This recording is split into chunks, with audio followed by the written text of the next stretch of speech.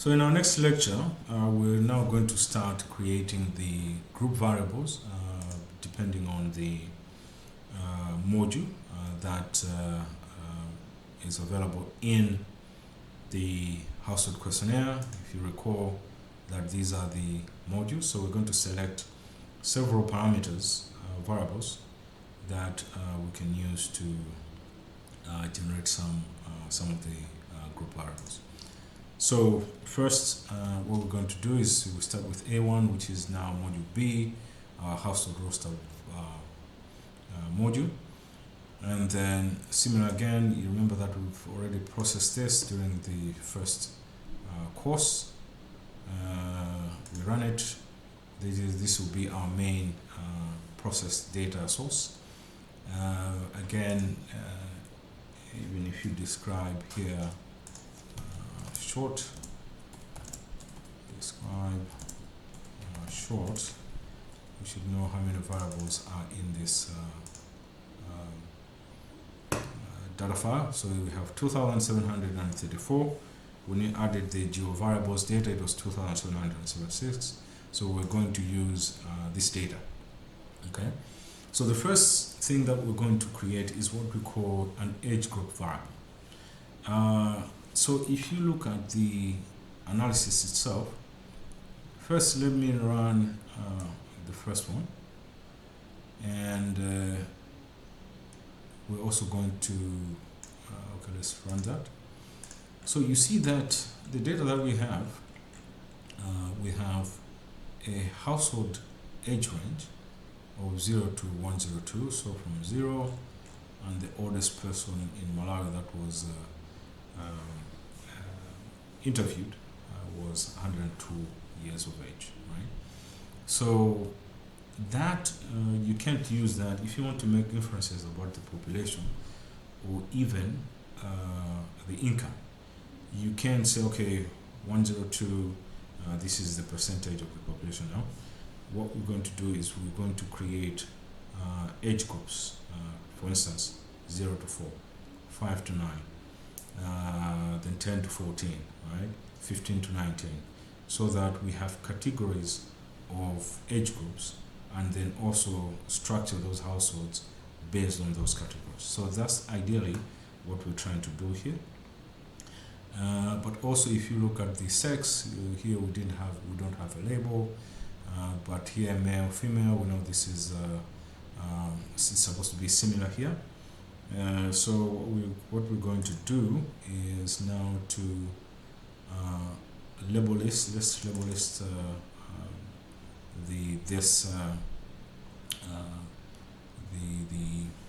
the label for that variable B03, and indeed 1 is male, 2 is female. I can also create define a new label called sex. 1 is male, 2 is female, and then label the values of the variable that has missing labels, right?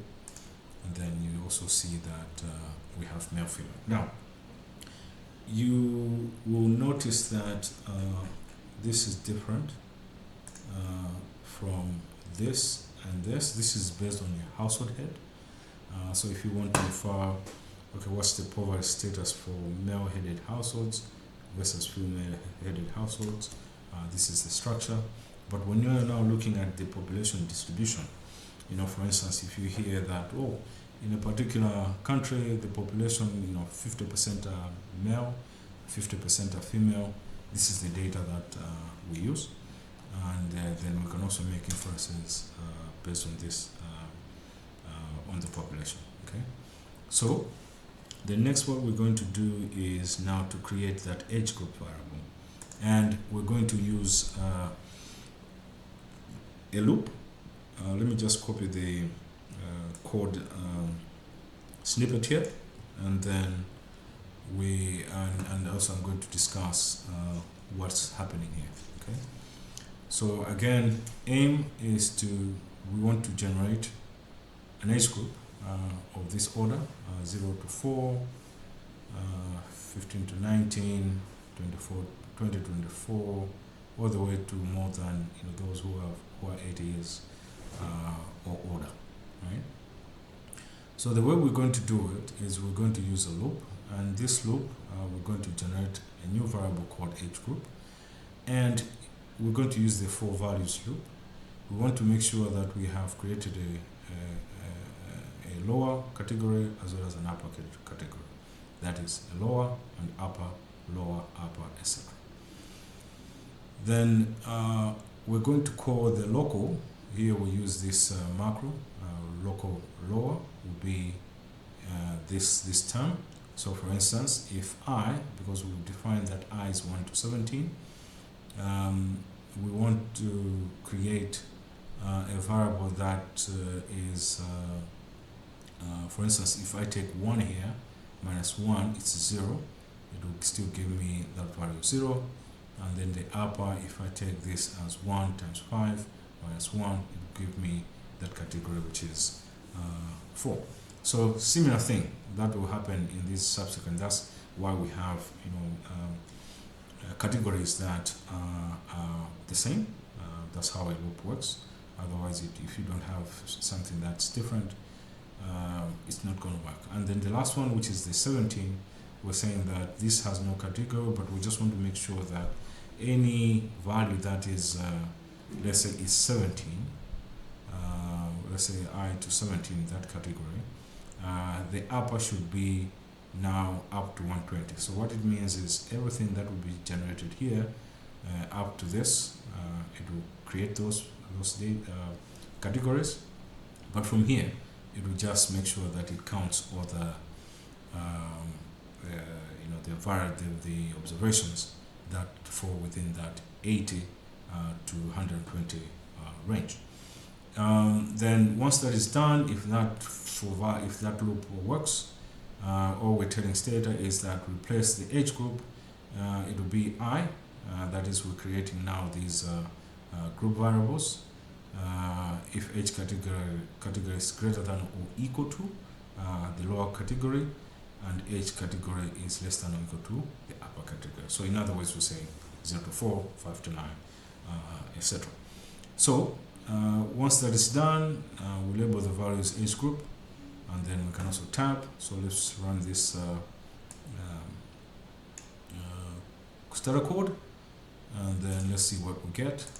Now you could see that instead of having all these numbers, we can now categorize this into a good frequency that, for instance, I can easily create a population pyramid based on these age categories.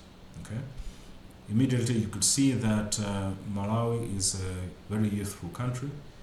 We have households that have more of the population is in the lower category. You could see there are a lot of under 15 and under the age of 15 houses with a lot of the population which is less than 15 years of age. So it's pretty much a very young population. So based on that, then we can now move to the next category, where now we want to create another variable, and this one we'll call it the household size. And for this one, what we do is let me just copy the code here, and simply just like, of course, we could have used the loop, but because there are many parameters, that it could just be easily be a situation where we just need a few lines rather than 17. So here, if we tab the household size, again you have a situation where you have 1, 2, up to 22, like a household having 22 people. That's pretty much a big household. And then what we want to do is to create categories that are only up to 6, 1 to 2, 3 to 4 persons, 5 to 6 persons, all the way to more than 11 persons, right? Then here, the way we do it is we use this condition that if this condition is met, place that as 1. And here you could see that for cases where it's 1, house size is 2, That's 1 to 2, right? Then make that as category 1, 3 to 4, all the way to the last one, right? So then what we do is we can generate a variable, and then of course label that variable name, variable label, define the value labels, and then we can also create that group variable. So you could see that also this is something that is really good. I can easily just create a pyramid based on this a pyramid graph based on these variables, and see, you know, how the population as well as the income of that population behaves in that community setup. So in the next video, we'll continue with creating group variables for the household roster.